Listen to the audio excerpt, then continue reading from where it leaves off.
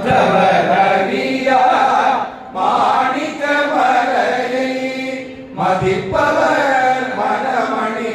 விளக்கை செற்றவர் பூரங்கள் செற்றயம் சிவனை திருவிழிமிழலை வீற்றிருந்த கொற்றவன் தன்னை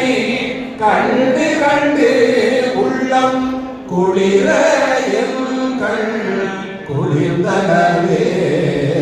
ஆறார் வல்ல அமரகுடாத்தின் அணியுடையாதிரை நாள் நாராயணனோடு நான்முகனங்கி இரவியும் இருந்திரனோ